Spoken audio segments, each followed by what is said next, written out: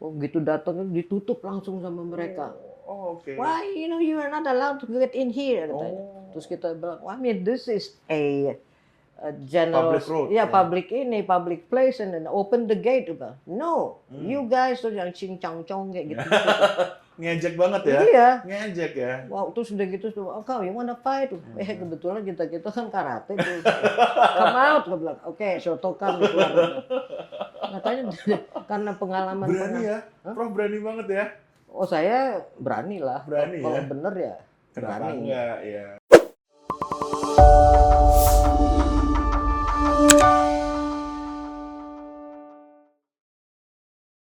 Baik, selamat datang Prof. Deviana di Kontras. Sudah jauh-jauh ini mau meluangkan waktu datang ke sini. Nggak jauh, Pak. Nggak jauh ya? Dari mana tadi sebelumnya, Dari Prof? Kemang, Jakarta Selatan. Oh, dari Kemang. Sehari-hari memang aktivitasnya di daerah sana? Iya, di kampus saya. Di kampus. Kampusnya di mana, Prof? Kampusnya itu di Kemang. Di Kemang. Namanya kalau boleh tahu? Namanya Daya Indonesia Performing Arts Academy. Wow, keren sekali ya. Kalau nggak salah ini sudah berdiri dari tahun 2017 ya? 2001. 2001? Dulu namanya Institut Musik Daya Indonesia. Oh, oke. Namun saya rubah namanya karena jurusannya sudah bertambah dengan drama dan tari. Oh. Tadi kan musik. Iya. Sudah mulai banyak yang dari teater, yang mau kuliah untuk bisa menjadi pemeran di sinetron, di film. Wah, keren Terus sekali. skenario, sutradara, tulis script writing. Jadi boleh dikatakan ini akademinya untuk pure art sebenarnya ya fokusnya. Ya, seni pertunjukan ya. Ya, wah, keren sekali. Tadi kesini macet nggak, Prof? Macet. Macet nggak jalanannya? Ya macet lah. Cuman ya ini karena kami mengikuti yang di share di WhatsApp itu kan ada locationnya. Saya klik, kita ikutin. Ternyata muter-muter. Oh. Ya Google. Padahal sebenarnya setelah kami muter dari sana terus saya lihat ini Hotel Mulia. Ya tahu begitu kita dari Kemang, Antasari. Masuk ini langsung lewat DPR nyampe ke sini. 20 menit paling dari kami. Iya. Tapi ternyata tadi ikutin tadi Mbak 1 Google. jam. Karena ikutin Mbak Google tersesat malah. Zaman sekarang itu teknologi malah bisa menjerumuskan sebenarnya. Iya. Bener kan? Oke, Prof. Terima kasih. Hari ini kita akan coba menggali tentang perjalanan kehidupan seorang Profesor Dr. Cut-Nyak Deviana Daudsyah ya. Tentang pengalaman Prof selama di performing arts dan lain-lain. Kita pengen dengar nih.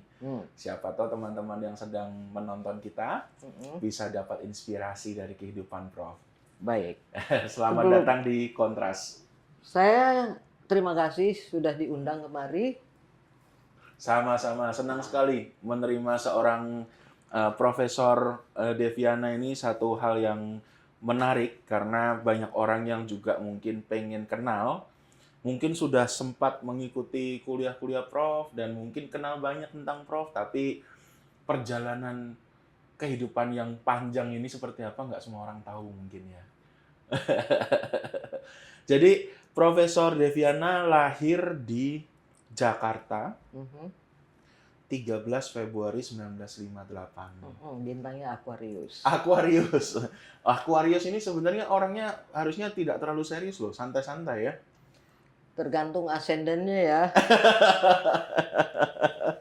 Iya. Kalau dari yang informasi saya dapatkan, Prof ini orang tuanya berasal dari Aceh dan Minahasa ya. Ya saya anggota GAM saya. Anggota GAM. Gabungan Aceh Minahasa. Oh, singkatannya itu ya. Jangan dipelintir ya. Bukan gerakan Aceh Merdeka. Bukan, gerakan Aceh Memble. Iya. Tapi ayah yang dari Aceh atau ibu yang ayah saya, makanya gelar saya Cut-Nyak kan. Cut-Nyak. Ya, itu bukan nama gelar. Jadi kalau di Jawa itu seperti Raden Ajeng. Raden Ajeng. Ya, gitu. Oh, oke. Berarti... Cuman untungnya ya udah nggak ada feodalisme ya sekarang. Loh, tapi kalau ada feodalisme jadi seorang putri loh nih. Ya saya tetap seorang putri, cuman saya tidak, ya saya kan punya pemikiran yang lebih modern ya. Iya. Iya. Dan untuk urusan-urusan kerajaan, walaupun protokol-protokol dari Kesultanan Aceh itu masih dilaksanakan di Masih keluarga jalan. saya. Ya. Jadi intinya kalau masih ada Kesultanan Aceh, saya sultanah berikutnya nih. Oh, Ya, wah luar biasa ya. ceritanya.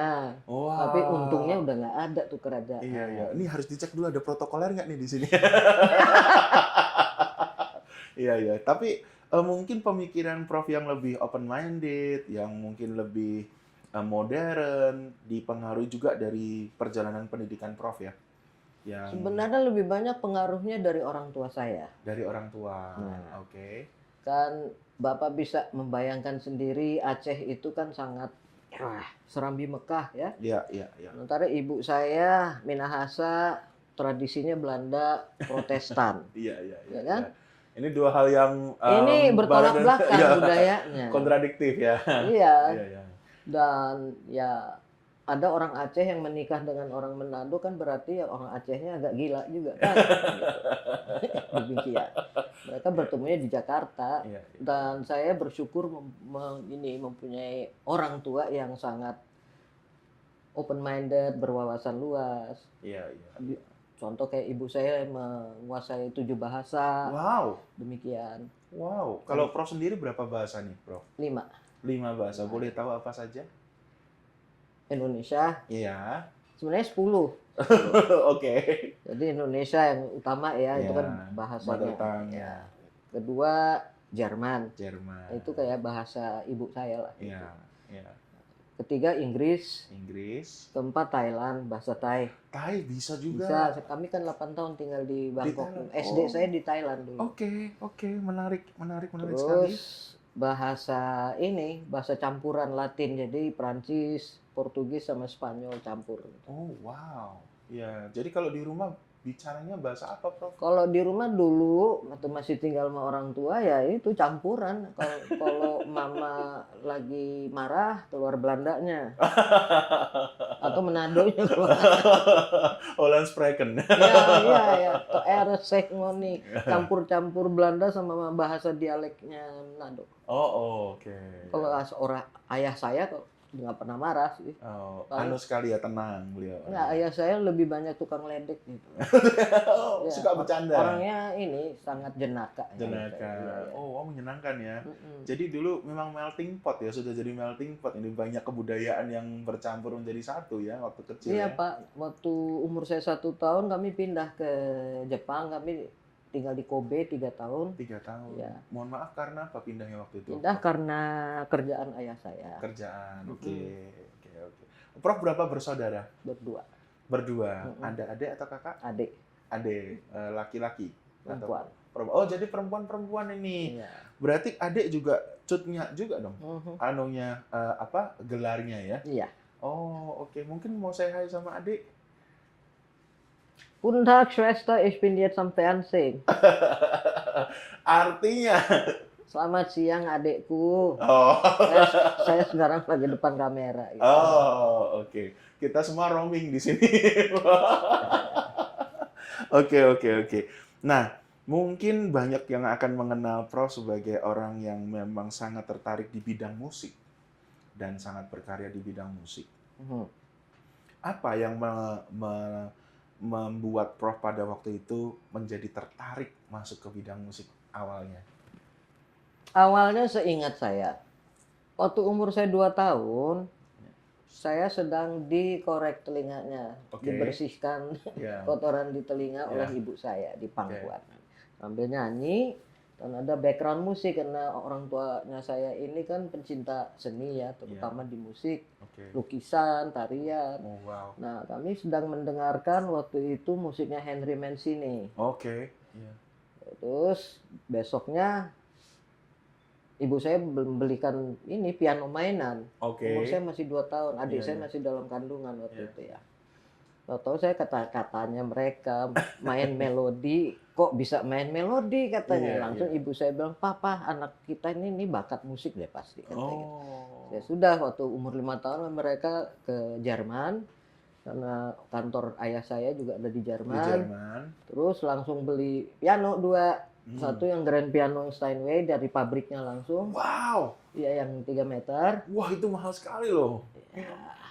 Dan itu memang quality Ya sangat-sangat Steinway ya, berkualitas. itu kan Steinway. Rolls Royce-nya piano ya. Yes. Terus kemudian beli yang upright. Oke. Nah, Ya. langsung dibawa sama pesawat Ya. sama mereka Dari Jerman ke Indonesia. ke Indonesia, ke Ya. Jakarta. Namun itu yang grand piano kan nggak muat karena gede banget di rumah. Akhirnya ditaruh di klub restorannya ibu saya Oke. di Menteng Di dulu. Menteng. Nah, yang upright Taruh di rumah. enggak, itu masih di Bangkok ya kami ya. Oh, di Bangkok. Iya, jadi saya mulai belajar les piano umur 5 tahun. 5 tahun. Oke. Sama secara pendidikan formal atau di rumah? Nah, itu dulu les kursus kan umur 5 tahun kan masih baru kursus Iya, ya. iya.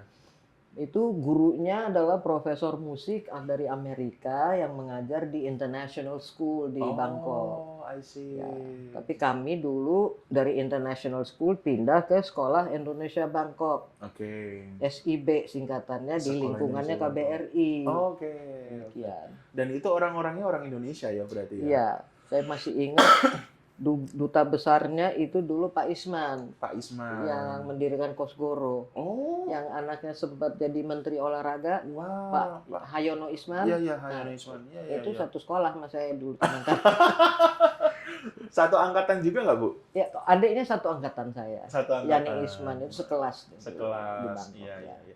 Jadi awalnya adalah pada waktu Ibu umur 2 tahunan ya, mendengarkan lagunya Henry Mancini lalu mencoba bermain di ini ya, di piano mainan ya. Iya. Kok melodinya tepat ini. Itu kata ibu saya ya. Iya, iya, iya. Jadi saat ini memang untuk pitch memang 100 ya? Saya sebenarnya nggak percaya sama yang namanya perfect Perfect pitch, pitch karena ya. nggak ada perfect pitch itu. Yang Oke. ada adalah pendengaran tepat bukan perfect. Perfect pitch ya. Tepat gitu ya. Ya, ya, ya, Kalau ya. perfect ya Tapi kelihatannya iya nih, Prof. saya bisa langsung ini kok langsung dengar kalau tone-nya Turun nada atau apa. saya tahu Oh, ya. oke. Jadi nembak nadanya tepat ya. Iya, itu lebih tepat dikatakan bisa mendengarkan nada yang tepat gitu. Oke, oke. Iya. Tapi menurut Prof, kalau perfect pitch, menembak nada yang tepat itu adalah bakat memang secara natural mereka punya atau bisa dilatih atau gimana? Oh, Prof? kalau soal pendengaran, sebenarnya kita semua nih manusia dulu diciptakan bahannya sama. Cuman tergantung dari bakat masing-masing. Oke. Jadi kalau apa yang saya pelajari dari dulu puluhan tahun ya, dengan penelitian. Dan ternyata setiap manusia itu ada di dalam dirinya itu bakat sebagai arsitek, dokter, dan. Namun kita semua ini kan ada tugas di bumi ini. Jadi oleh Sang Pencipta lebih dikembangkan yang bakat yang ini. Iya, iya, iya. Nah, makanya kan banyak orang tua nih ya, itu perlu juga saya sebut. Ya. Kalau anaknya mau jadi musisi, nggak boleh harus kuliah ekonomi atau harus menjalani atau meneruskan perusahaan bapaknya. Gitu.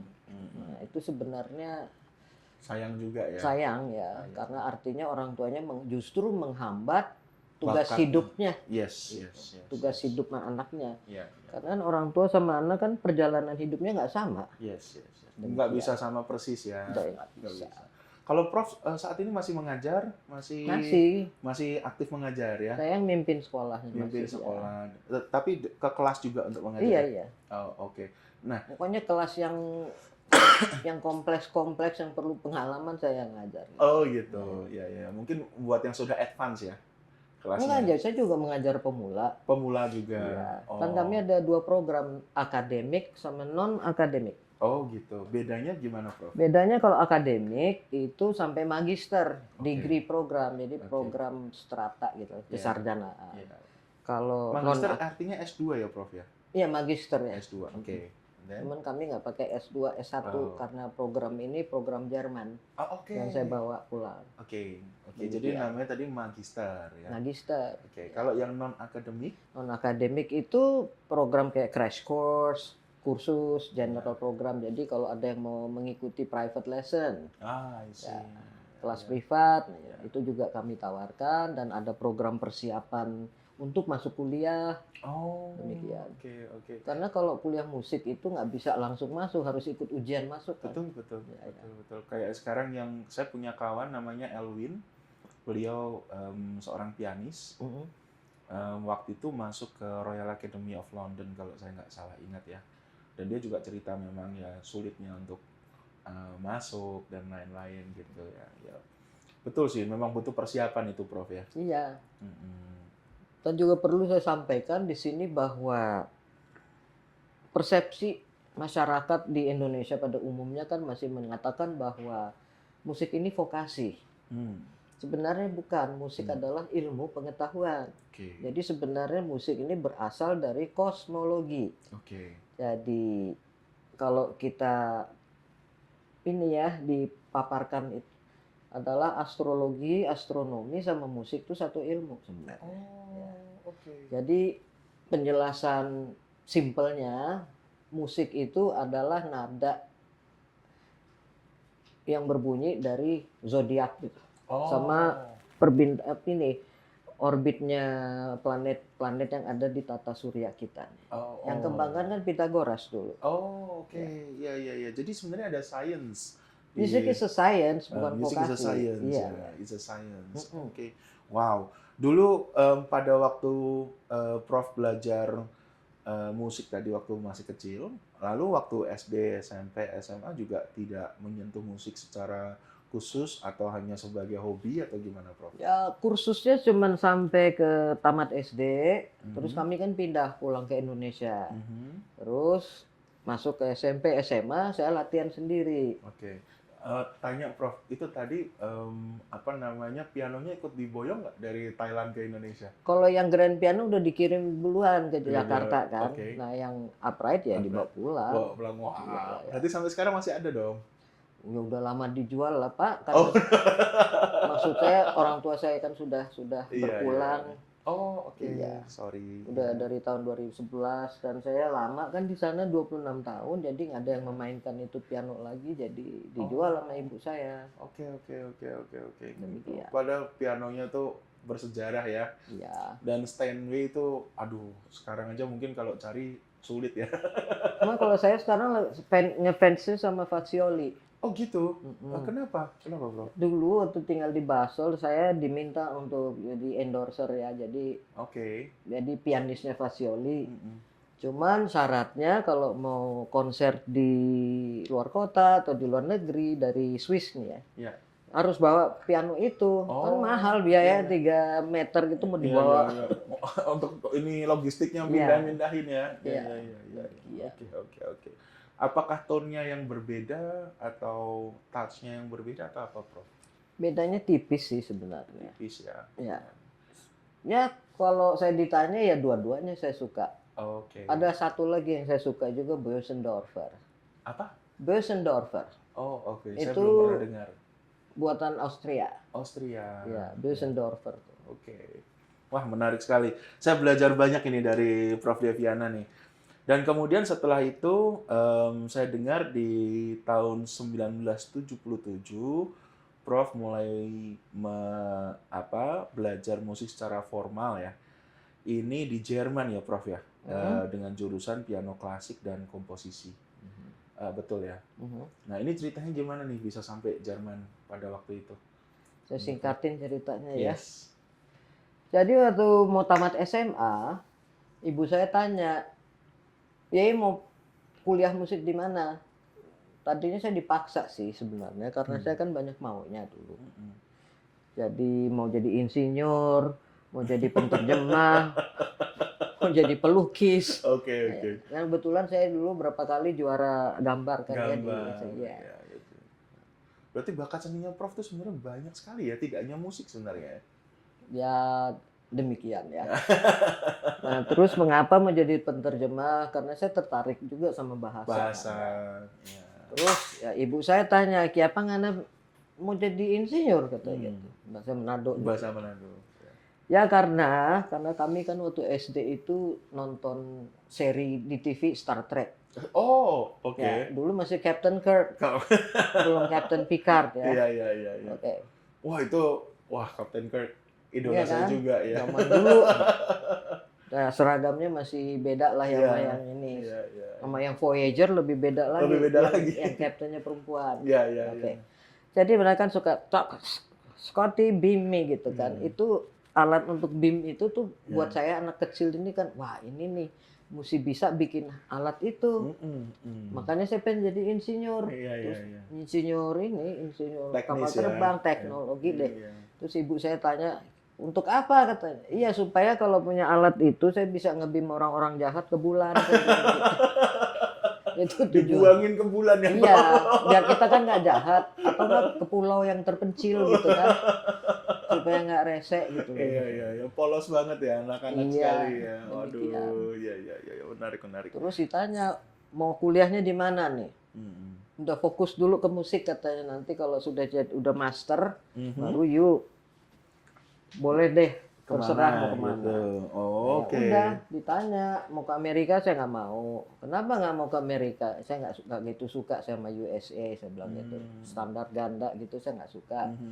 Terus karena waktu SD tuh saya sering berantem sama anak Amerika. Oh, Iya. oke. Aduh belagu-belagu deh. Iya, iya, sombong-sombong ya. Sombong dan bodoh-bodoh. Oh gitu ya. Iya. Merasa pintar tapi Merasa sebenarnya pintar. nggak ada. Dan mereka tuh dari kecil deh, kan ada quarter ya di Iya. Bangkok tuh. Iya. Kami ini kalau dari KBRI ada acara kan naik sepeda rame-rame Iya, gitu iya. ya di Soy Oh, namanya. seru banget. Iya, Terus? Soy Somprosong lah kok pergi gini. Iya. Terus itu padahal jalan raya di Iya. kompleks. Jadi karena itu quarternya mereka dari tentara-tentara yang zaman perang Vietnam dulu. Yes. Ini anak-anaknya.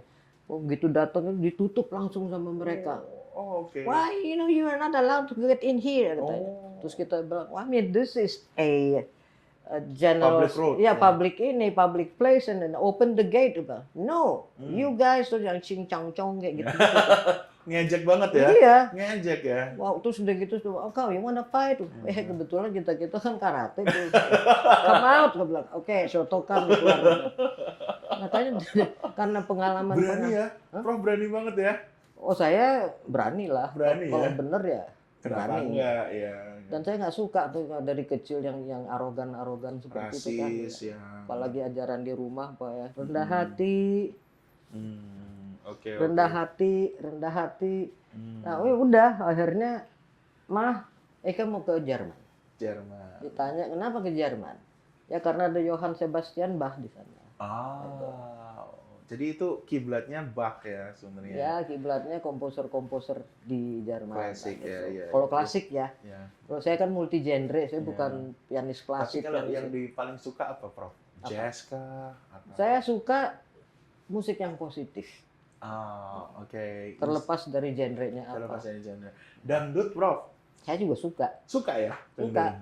Oke. Yang positif. Yang positif. Ya. Kalau gitu kita tanya deh. Penyanyi dangdut yang favorit siapa?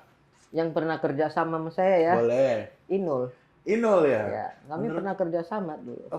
Proyek apa, Prof, waktu itu? Proyek ini kan saya mengaransi orkestra. Oke. Waktu itu ada penghargaan Citra Kartini. Oke. Nah, Inul dapat satu, saya juga dapat menerima pinnya Oke. untuk kontribusi pendidikan musik oleh Kementerian Pemberdayaan Wanita. Perempuan. Ya. Nah, ya kolaborasi. Nah, Oh. lagunya adalah Laksamana Raja di Laut. Oh, Nah, itu menarik saya suka. banget. Iya. Oh, itu ada ininya. Kalau saya nggak salah ya, Prof, ada touch Acehnya juga ya sebenarnya lagu itu ya. Nah, kalau intronya sapi, gitu kan. Iya. Wah, Ya. menarik banget. Jadi, Inul, kalau menurut Prof, Inul bisa nyanyi nggak sih? Bisa, Wow. sangat bisa. Sangat bisa ya. Secara teknikal. Kalau menurut saya teknikal di sini nggak relevan. Nggak relevan. Yang relevan adalah bisa menyentuh hati orang nggak? Oh, gitu. showmanship-nya Iya. bisa connected Iya. sama audiensnya. Oh, I see. Demikian. Wah, menarik banget ya. Kalau jazz, Hmm. siapa musik yang Prof sering dengar atau mungkin Wah yang- banyak. Indonesia, Prof? Indonesia emang ada jazz di sini. Kan yang ya semi jazz lah, semi jazz. Jazzy, ya. Jazzy. Karena kalau dilihat album jazz saya belum ketemu. Yang jazzy pure ya, jazz, pure ya. jazz no, not Ya. yet. Blues? ada nggak di Blues ada. Itu malah ada. Ya, ya. Wah, saya suka sekali nih ngobrol sama Prof nih, belajar banyak juga. Kemudian tahun 90 Prof pindah ke Swiss untuk mengambil gelar doktoral di Swiss untuk vokal jazz. Bukan, pendidikan musik. Pendidikan musik juga. Oh, oke. Bisa ceritakan sedikit pengalaman di Swiss, Prof, waktu itu? Singkat saja ya, Iya. karena ini kurun waktu yang cukup lama, kita bikin zip file ya. Oke. Berapa lama di Swiss waktu itu? 21 tahun. Oh, sebentar sekali ya, Prof. Jadi sebenarnya kan saya berangkat ke Jerman dulu untuk kuliah musik itu tahun 74. Oke. Nah, jadi secara keseluruhan 26 tahun saya tinggal di sana. Oh, di Eropa. Jadi tinggal di Jerman kuliah. Yes. Setelah kuliah pindah ke Swiss residential. Oke. Jadi saya bermukim di Swiss. Oh, oke. Ya. Terus kemudian kerjanya sih ya ke Jerman. Jadi naik mobil tiap hari itu lewat jalan tol cuma setengah jam kok ke Dekat perbatasan antara Basel. Kota Basel itu sudah di perbatasan Perancis sama Jerman.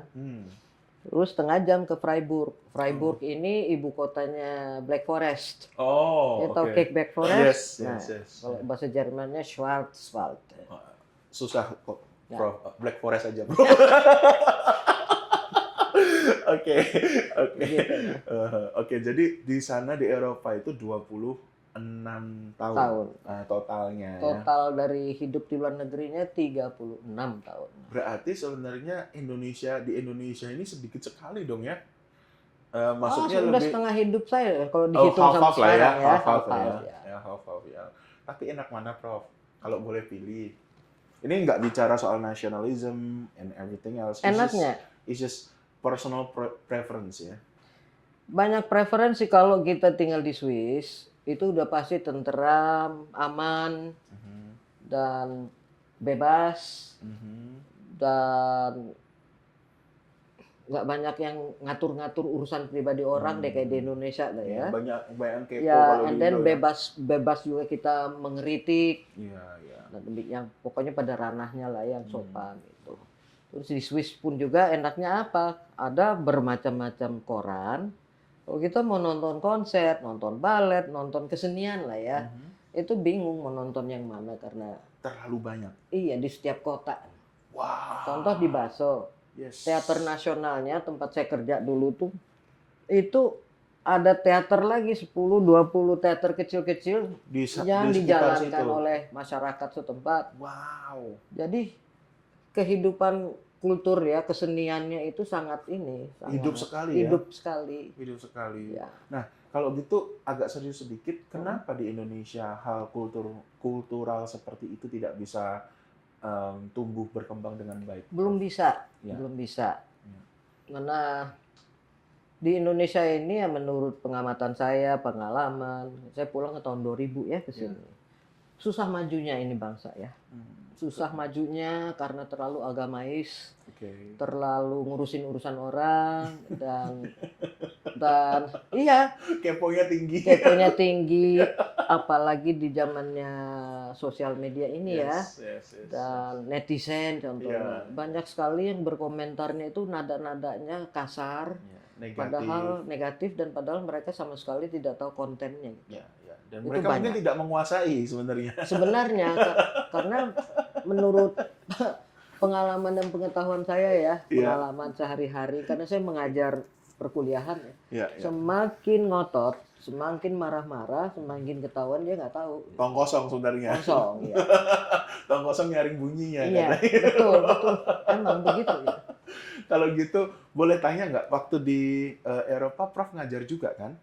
Saya mimpin sekolah perguruan tinggi dulu di sana kan? Ya, di Jerman ya. Boleh nggak kasih sedikit komparasi ya, yang membedakan antara murid-muridnya Prof di Eropa dengan murid-murid yang di Indo? Pada dasarnya apa yang membedakan? Kalau minat mungkin dan secara bakat saya rasa semua orang bagus ya. Bakat justru kalau kita menganalisa ya, melihat keadaan di Indonesia, kondisi yang bakat seni di Indonesia itu jauh lebih banyak daripada di Eropa. Iya. Dan bakatnya luar biasa. I see. Bakat seni tari, seni lukis, seni musik. Di Jerman nggak begitu banyak yang berbakat, namun karena mereka disiplin dan tekun, rajin baca, dan memang sudah kulturnya seperti itu ya. Anak umur 18 tahun sudah mandiri di sana. Dan ya jomplang lah. Kalau anak-anak di sini malas baca, sok tahu, ya anak Indonesia pada umumnya, apalagi generasi Z ya, Gen Z kalau gitu ya istilahnya. Demikian. Maunya instan. Iya, maunya instan. Dan ada satu juga istilah mau saya sampaikan di sini, sudah dengan kajian internasional ya mengenai scrolling di HP ini zaman sekarang, itu sudah muncul yang namanya brain rot. Yes, betul. Ya kan? Betul. Jadi banyak anak-anak yang tidak menyadari bahwa cerebellumnya semuanya itu tuh sudah dirusak, berkurang fungsinya. Yes. Karena memang hal-hal yang sifatnya short informations, dan itu juga selain secara sains ya, short informations itu anak-anak sekarang sudah nggak mengkritik ya. Kritik. Jadi ketajaman pemikirannya itu berkurang jauh, bukan pemikiran yang kritis ya. Informasinya diterima mentah-mentah tanpa ada pendalaman lebih lanjutnya. Kalau zaman dulu kan kita dapat info, bener nggak sih ini apa cuma orang ngawur aja atau gimana. Kalau sekarang karena mungkin informasinya terlalu banyak ya, jadi mereka kayak, wah ini bener, ternyata besok nggak bener. Ya contoh aja telepon, dulu kan ini. Putar. Nah, terus ditelepon siang, kita tidur siang. Itu paling baru sore malam kita bales ya. Kalau sekarang kan udah kirim teks, kok lu nggak jawab sih? Ya kan? Emangnya gue mesti megang handphone dulu apa? Saya karena kalau di kelas nggak pernah saya bawa handphone. Ya, saya kasih contoh kepada orang-orang, hargai sesama. Kalau lagi istirahat juga bilang, matiin tuh HP, kalian ngobrol tentang apa yang tadi dipelajari, saya bilang. Istirahat. Semua ada waktunya. Ada waktunya. Kalau di kampus kami ini ada yang scroll TikTok atau scroll melulu, saya suruh keluar. Karena tidak pada tempatnya ya. Iya, satunya mereka tuh nggak benar-benar tidak sadar mengenai apa yang namanya brain rot itu. Iya. Menarik. Prof, kalau begitu boleh dipadatkan menjadi satu kata gitu. Ketertarikan atau fokusnya Prof ini saat ini nih apa sih sebenarnya? Apakah musik, ataukah pendidikan, ataukah apa? Ya fokusnya saya di pendidikan ya. Pendidikan. Dan ini pengembangan ekosistem musik di Indonesia. Oke. Nah itu kalau saya nggak salah informasi katanya sudah pernah ditawarin jadi menteri katanya. Iya, itu beberapa tahun yang lalu ya. Iya. Di bagian apa waktu itu? Kementerian Menteri Pendidikan sama Pariwisata. Dan waktu itu menolak atau memikirkan lalu menolak atau bukan menolak, memikirkan ya. Sebenarnya ya orang seperti saya pasti susah jadi menteri kan. Kenapa Bro?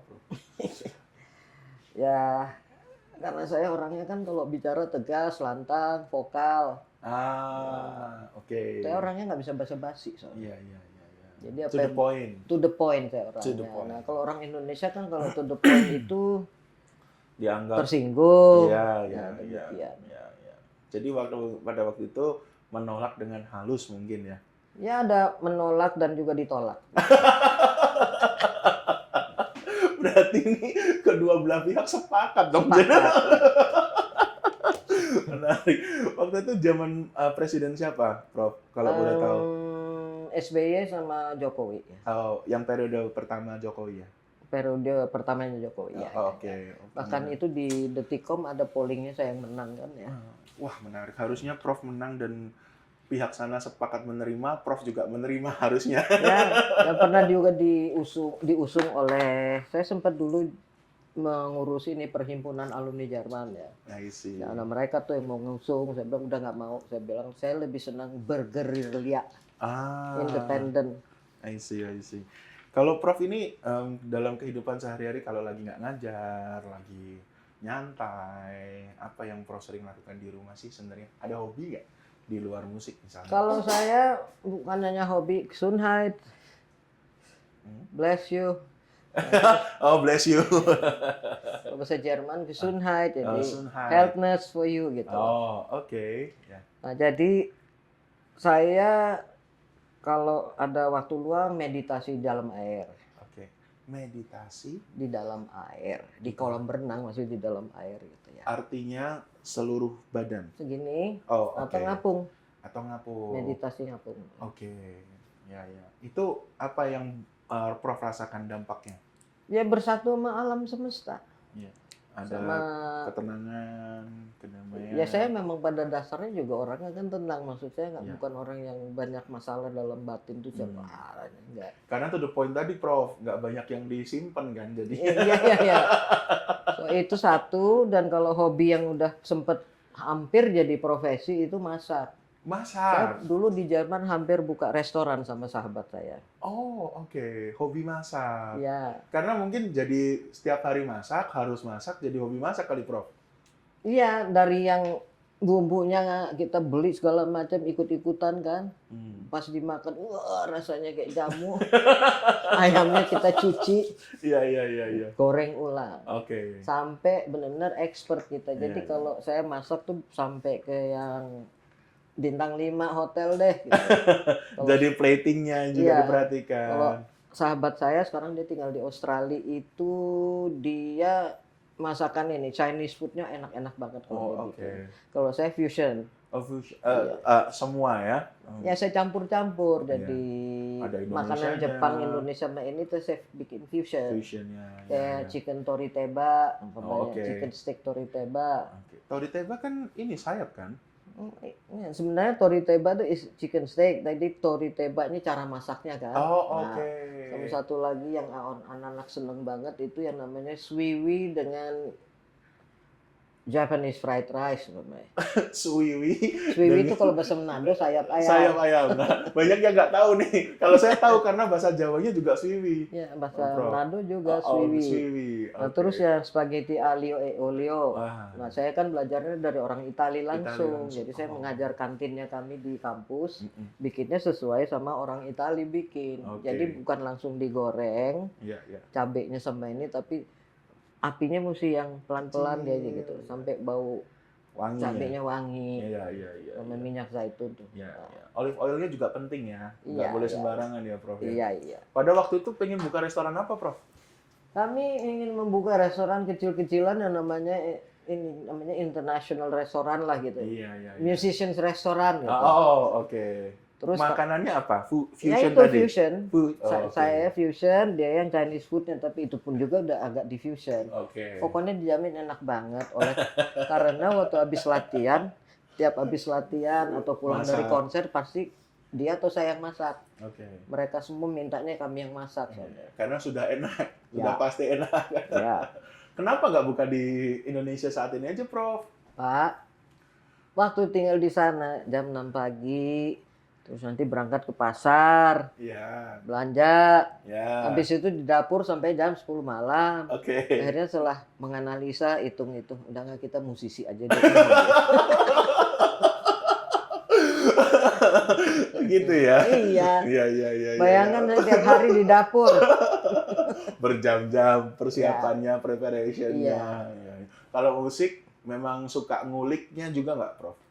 Oh itu Misalnya sih tiap hari. Modern Nah, iya, music. iya. Ya. Mengulik juga ya. Mm-mm. Saya sampai hari ini kok belajar dan akan seterusnya belajar. Apa nih seorang Prof Deviana saat ini sedang dengerin siapa sih? Dengerinnya banyak. Saya Dari luar dulu. Artis internasionalnya Kalau yang siapa? dari luar itu salah satu contohnya Mike Del Vero sama Metropole Orchestra dari Belanda. Oke. Nah Yes. itu opera Ghost Jazz. Oke. Itu bagus banget aransemennya. Ya. Oh, Jadi opera dari seperti contohnya Donna Immobile Oke. dari Giuseppe Verdi ya. Iya. Nah itu dibikin aransemennya dengan Baru jazz. Gitu. jazz.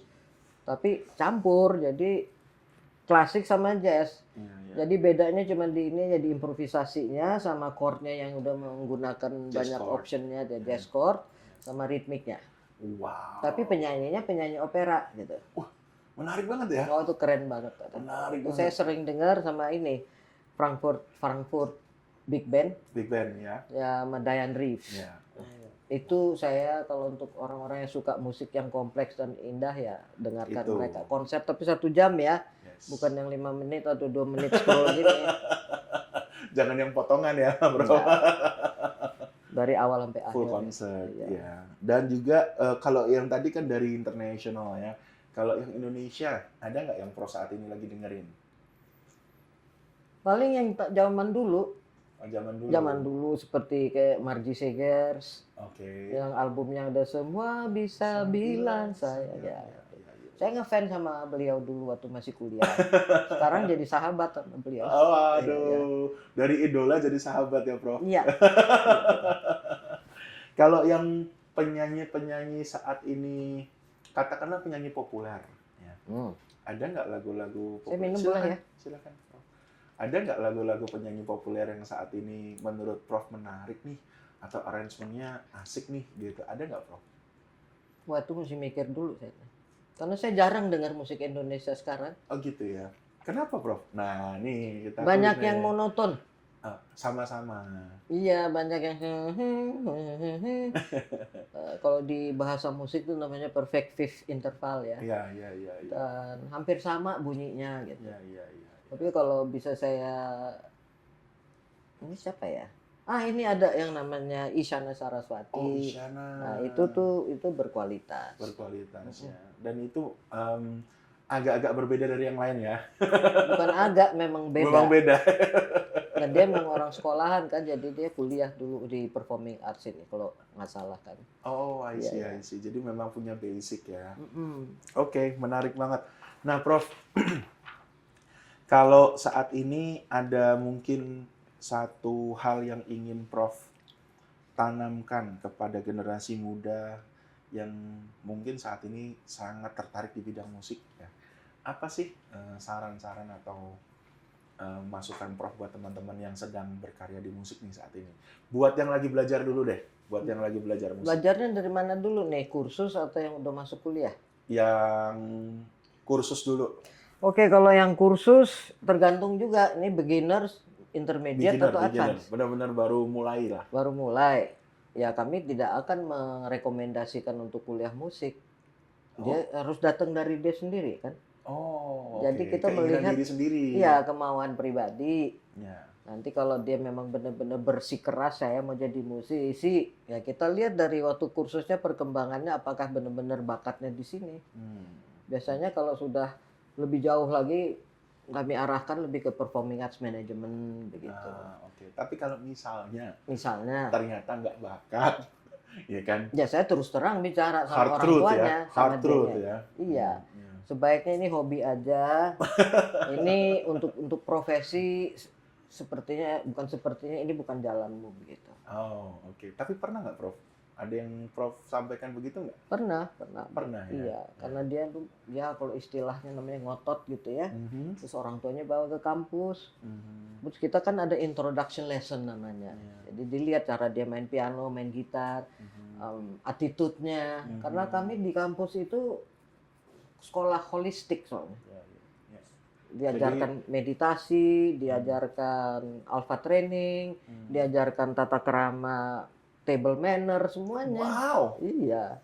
Ya anak-anak kan biasa makan hal sembarangan, terus aqua masih setengah ditinggalin kayak begitu. Jadi holistik yang kami ajarkan itu dari saya tanamkan. Dan paling utama adalah kasih di dalam kampusnya kami. Jadi sebenarnya nggak hanya ilmu tapi attitude ya, pembangunan karakter. Iya, itu yang menentukan apakah kami akan merekomendasikan dia untuk lanjut kuliah jadi musisi profesional kelak, atau ya terus terang aja bilang bahwa Ayu sebaiknya pilih jurusan lain yang sesuai sama bakatmu. I see. Tapi itu saya sampaikan juga ke orang tua. Berarti karakter juga salah satu main reason ya, bukan hanya kemampuan ya artinya. Iya, karena kami lihat juga dari awal kalau sudah kelihatan gelagatnya ini arogan anaknya, dimanja, bawa BMW, model-model gitu, terus HP 2, ya kan? Nah, terus gaya. Instagraman. Nah, itu biasanya kami coba dulu untuk ini sedikit membimbing secara personality forming target gitu ya. Secara pedagogi. Karena mata kuliah di musik itu kan ada lebih dari 20 ya. Oke. Oh, banyak ya. Oh iya banyak, sosiologi, sejarah, musik. Wow, ada sosiologi musik juga? ya iya, kalau di kami diajarkan ya. Wow, menarik ya. Saya baru dengar loh. Oke. Wah, Ya. Tapi kalau begitu berarti teman-teman yang ada di sini semua ini nggak ada yang bisa masuk. Kalian semua sudah pasti gugur. Belum tentu. Coba aja datang ke kampus, introduction lesson, ada yang main piano di sini. Gitar? Gitar ada, kita. Vokal? Ya. Dia main gitar. Ya. Oh. Nyanyi? Dikit juga. Sedikitnya sedikit apa tuh? Karena nih teman-teman di sini tuh pada hobi nonton festival, Prof. Jadi Okay. mereka tiap kali ada festival, ada show, ada konser, selalu izin dari kantor. Dan nggak mau ngantor, maunya nonton.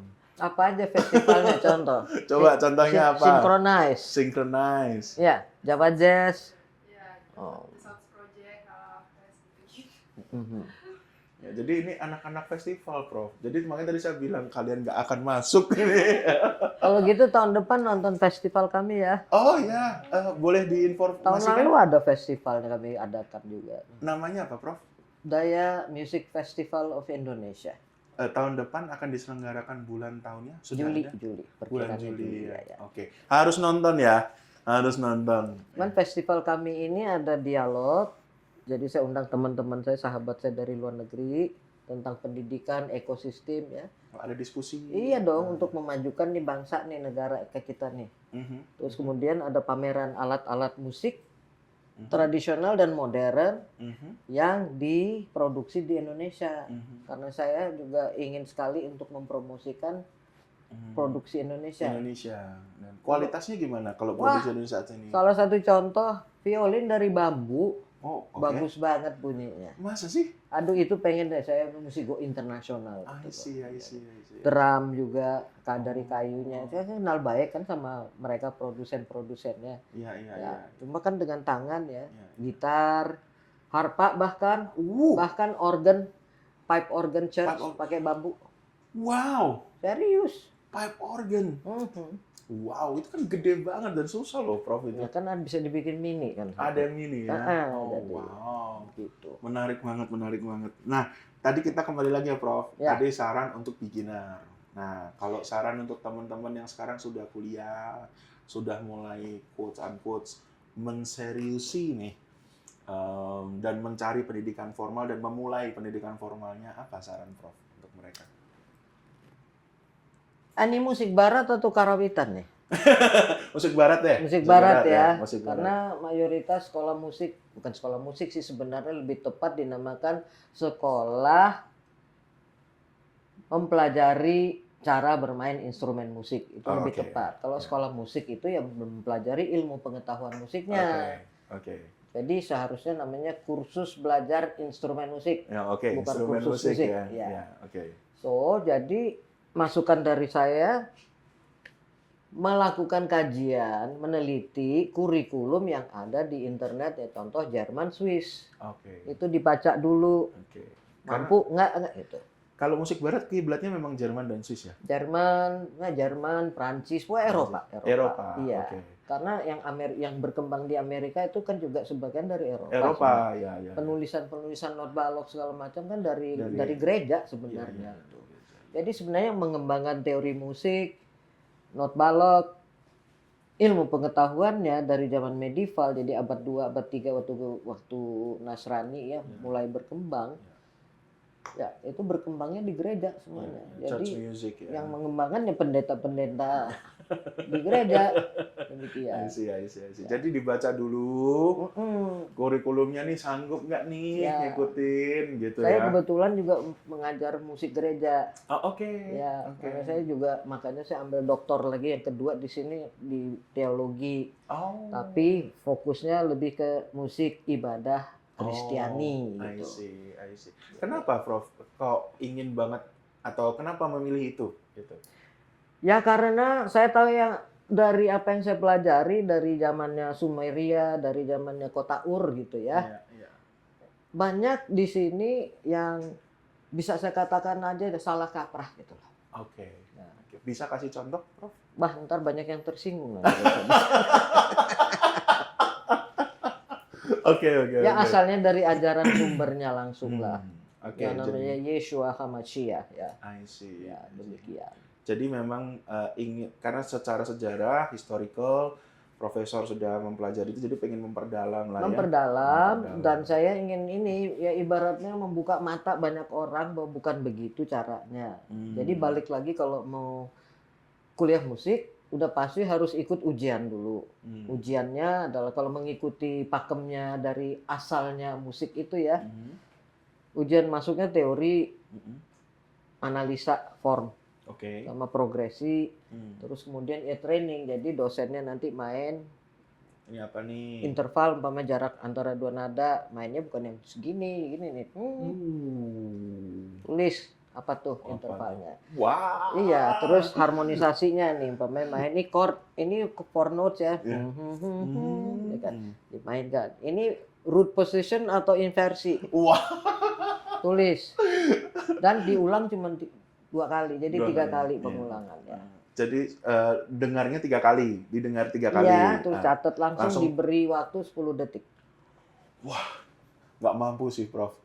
Lah itu kan pakemnya begitu. Nah makanya di sekolah kami yang ngikutin sistem Jerman. Iya. Nah terus kemudian nanti melodi, ini masih ear training ya. Nanti dosennya main ya, penguji. 4/4 nih tuh. Wa ga ba ta da da da da da da da da. Dah tulis. Diulang 3 kali. Itu yang daftar 4.000 yang masuk 1 kali. Nggak masuk semua. Makanya kita punya yang namanya program persiapan. Prakuliah namanya preparatori. Jadi di situ diintensify dulu supaya kalau dia lulus preparatori, dia tidak perlu ikut ujian masuk lagi. Iya. Pengalaman kami ya di sekolah itu banyak nggak ada yang lulus. Belum. Prof, kalau di Indo, Prof, kalau itu di luar negeri saya percaya. Karena kenapa? Maksudnya kulturnya secara budaya, secara musik, mereka memang belajar. Ada lagi satu ritmik. Kan 3 tuh teori ear training ritmik. Oke. Ritmik contoh pasti tahu 4/4 lah ya. 4/4 ya. Oke. Tuh, wah ya mesti tepuk baca. Itu makin kompleks nanti sinkopasi. Oke, baca. Tempo silahkan tentukan sendiri gitu dong. Oke. Yang penting ketukannya benar. Nah, harus nyanyi atau sambil tepuk tangan. Baca ya, ini baca. 4/4. Saya kasih contoh nih. Awalnya 1/4 not jadi. Ini baca ya Pak. Sekarang 1/8 kan ya nih. Terus ada istirahat nih dalam. Wah, itu mati. Mati. Triplet. Ya. Terus lanjut langsung ke 3/4, nggak boleh putus ya. Ini kan tua gampang, tua ga ta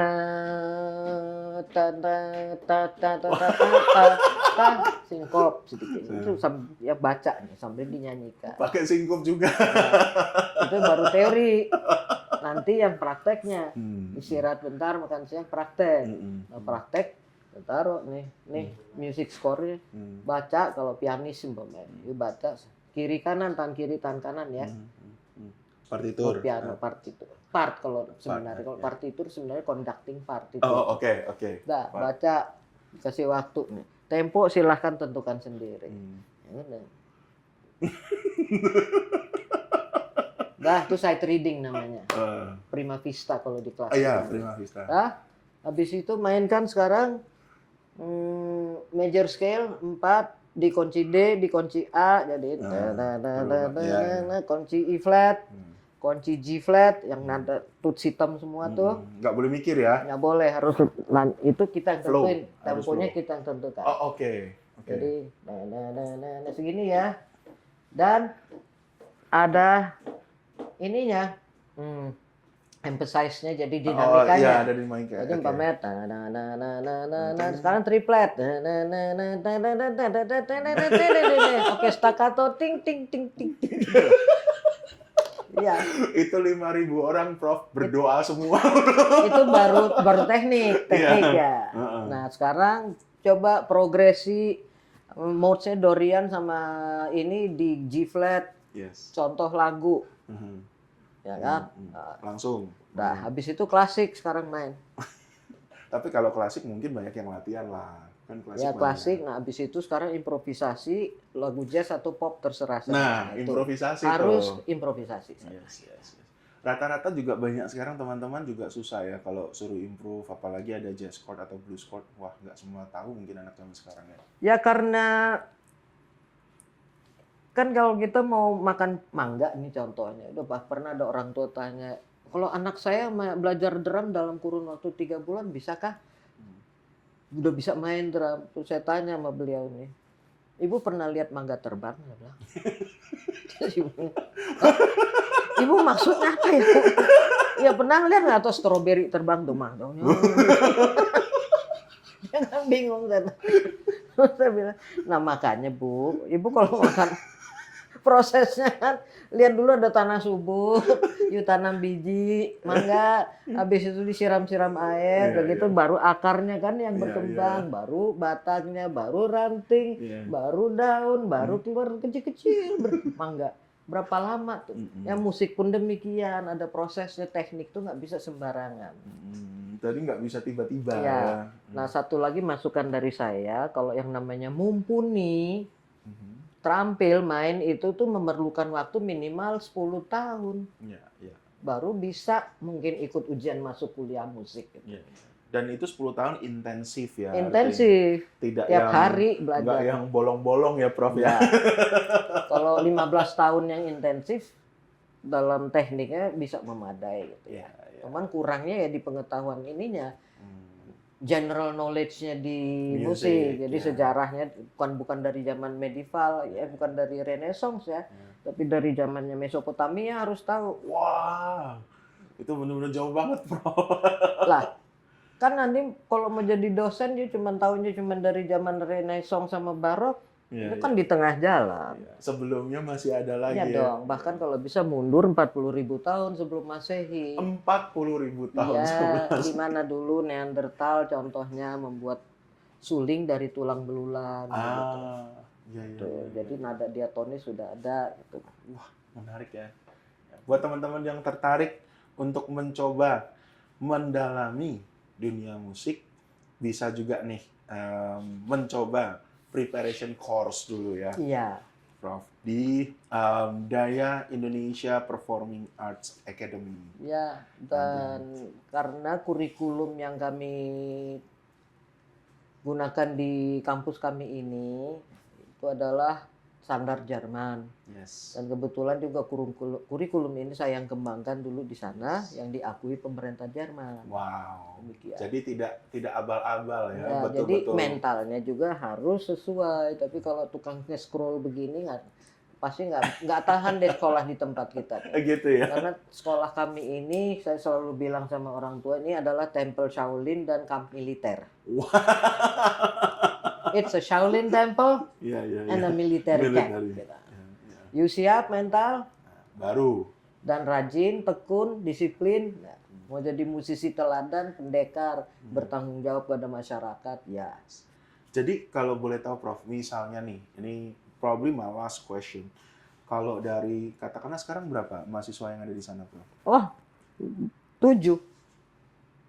Kita nggak pernah banyak mahasiswanya. yang banyak yang kursus. Karena Prof, 7. pemainnya 50, 70 mendaftar. Yang keterima 1. Ya seperti tadi itu. Jadi 7, oke, saya 7. 7 sekarang ya. Ya, itu bakal lulus semua nggak, Prof? Kalau dilihat dari sekarang ya, Track record-nya lah, dari ya track amin-amin record mereka lulus ya nanti. Iya. Tapi kalau track record dari zamannya angkatan pertama yaitu 2001 ya? itu 2006 lulusan pertama kan Titi Rajo Bintang dulu tuh. Oh. Itu angkatan kami pertama salah satunya. I see. Oke. Demikian. Menarik. Sama mungkin pernah dengar yang namanya Vokal Plus, Indra Aziz. Indra Aziz tahu Nah, ya. itu juga angkatan pertamanya Daya. Beliau sekarang aktif di sosial media loh. Ya iya. Saya ketemu kok waktu itu di Bintaro, udah kangen banget, lama Mbak nggak ketemu. Waktu saya Jadi baru vokal- pulang panggilannya Mbak. Oh. Makin kemari kan saya makin tua, anak-anaknya makin muda. Jadi sekarang panggilannya Ibu. Enggak lah, masih muda, Prof. Jadi banyak kok penyanyi-penyanyi, saya nggak usah sebut nama-namanya yang Yes. terkenal di Indonesia nih, itu juga belajar sama Jebolan saya. dari situ ya. Nah, buat teman-teman yang mau serius di bidang musik, pengen belajar langsung dari Prof Deviana, bisa coba ya. Paling tidak preparation course dulu, atau simple course dulu, ambil short course ya. Ya bisa juga Crash langsung course. sama saya, itu namanya crash course. Crash Ya, course. program intensif, cuman itu pasti saya tes dulu. Ya. Itu bisa bikin mangga terbang nggak itu, Prof? Nggak bisa. Itu biasanya pelatihan yang udah profesional tapi ingin I see, mendalami. mendalami. Iya. Oke. So, di kontras, biasanya kita memang ada beberapa pertanyaan terakhir untuk menutup kita punya podcast. Iya. Dan pertanyaan ini akan saya tanyakan ke semua narasumber kita. Mm-mm. Jadi izinkan saya juga menanyakan ini ke Prof. Yang pertama, selama seumur hidup Prof, pasti banyak capaian-capaian hebat, banyak orang-orang yang berjasa juga dalam kehidupan Prof. Mhm. Seandainya satu hari Tuhan mengambil semua yang profesor punya, semuanya, tapi hanya satu yang akan ditinggalkan. Apa yang Prof akan minta untuk ditinggalkan? Satu hal. Bentuk materi atau spirit nih? Apapun. Apapun. Bisa materi, bisa Legacy spirit. maksudnya. Yes. Legacy saya ya itu aja, jadi orang yang baik aja. Jadi orang yang baik. Jadi kebaikan ya. Kebaikan, kasih, dan kebaikan. Kasih dan kebaikan. Jadi kalau untuk anak-anak muda itu yang mau kuliah nih yang akan saya tinggalkan itu udah jadi motonya kami kan.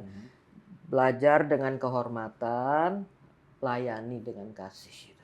Belajar dengan kehormatan, melayani dengan kasih.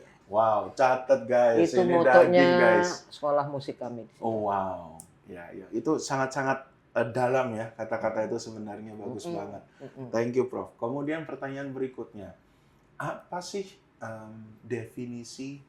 Karena semua orang apalagi zaman sekarang sangat tergila-gila atau terobsesi dengan namanya kesuksesan. Dan sukses itu biasanya sangat diukur oleh materi, hal-hal yang sifatnya material. Kalau menurut Prof sendiri, apa sih definisi sukses menurut seorang Profesor Deviana? Definisi sukses kalau buat saya itu adalah menemukan potensinya diri sendiri yang sebenarnya udah menjadi bekalnya kita ya dari lahir ya. Dan itu kita manfaatkan, kita gunakan untuk berguna buat diri kita sendiri dan berguna buat banyak orang. Itu tolak ukur kesuksesan dari saya. Bukan materi, punya mobil mewah, rumah gini. Bukan. Jadi menemukan potensi dan membagikan potensi itu untuk banyak orang. Melayani kan? Melayani. Nah, iya. Demikian. Tadi ya belajar dengan kehormatan, melayani dengan kasih. Kembali lagi ke situ sebenarnya. Iya. Karena materi ya kan semua juga tahu. Waktu kita berpulang nanti emang bisa dibawa ke waktu dikremasi sama dikubur kan enggak.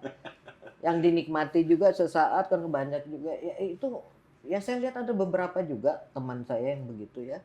Nggak tenang hidupnya ternyata. Walaupun uangnya berlimpah, ya ada rasa ketakutan ntar uangnya dicuri, ntar begini begitu. Kalau kok mendingan gue biasa-biasa aja gitu ya. Tapi punya ketenangan. Punya ketenangan. Itu lebih mahal ya Prof ya. Iya. Oke. Next. 3 pertanyaan terakhir.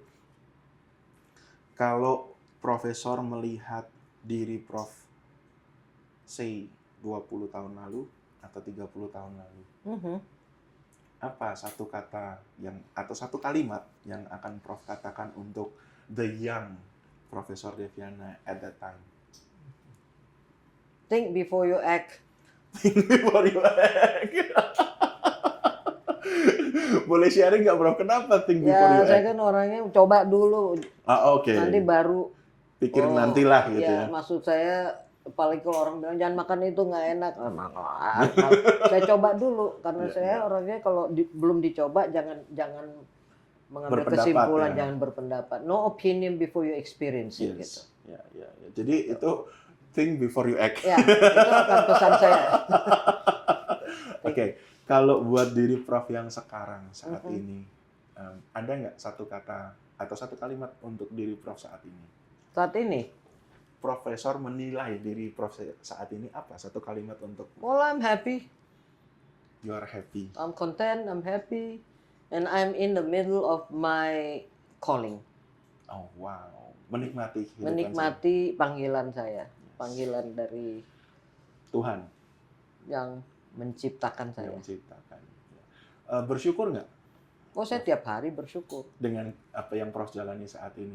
Bersyukur saya. Sangat bersyukur. Tiap pagi bangun gue selalu bilang, thank you Almighty. I'm healthy. I'm where I want to be. Yes. Oke. Thank you also for my service that you keep me healthy so I can serve many people gitu kan. Ya. Mendidik anak-anak yang baik begitu kan. Oke. Ya.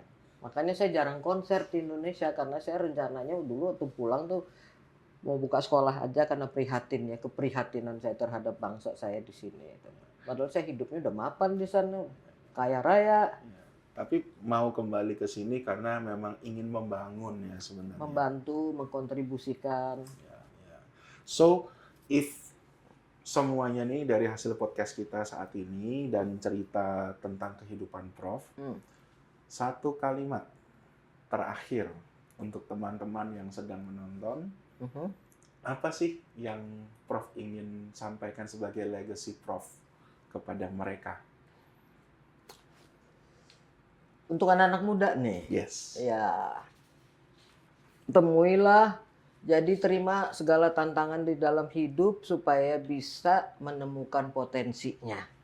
Setelah menemukan potensinya, kemampuan yang sebenarnya yang ada di dalam sini nih, yang biasanya dihindari karena zona aman terus, ya, sama instan itu. Ya kalau inginnya instan ya nggak bakalan ketemu potensi yang sebenarnya di dalam diri kita. So jadi terima tantangan. Mau dibilang berat bukan berat atau susah, nggak ada kata susah. Bila ini menantang, it's challenging. Hadapi, kalau perlu jedutin tuh kepala ke tembok, maksudnya ibaratnya ya. Nanti pasti ketemu ada survival mode-nya kan timbul tuh. Nah, kok gue bisa ya ternyata. Nah, ketemu potensi itu baru bisa menyadari bahwa sebenarnya semua kesuksesan ataupun semua ini ya yang terjadi ini tuh perlu proses kalau mau maju. Ya. Jadi kalau instan ya gampang dibodohin. Semua hal butuh proses. Semua hal butuh proses ya. Profesor Deviana, terima kasih. Luar biasa. Terima kasih. Thank you. Selamat. Terima kasih juga Prof sudah mau datang. Kita ketemu lagi nanti di lain kesempatan. Profesor Deviana, ladies and gentlemen, kalau ada komentar atau hal-hal yang ingin ditanyakan mungkin bisa juga ditulis di kolom komentar. Profesor Deviana.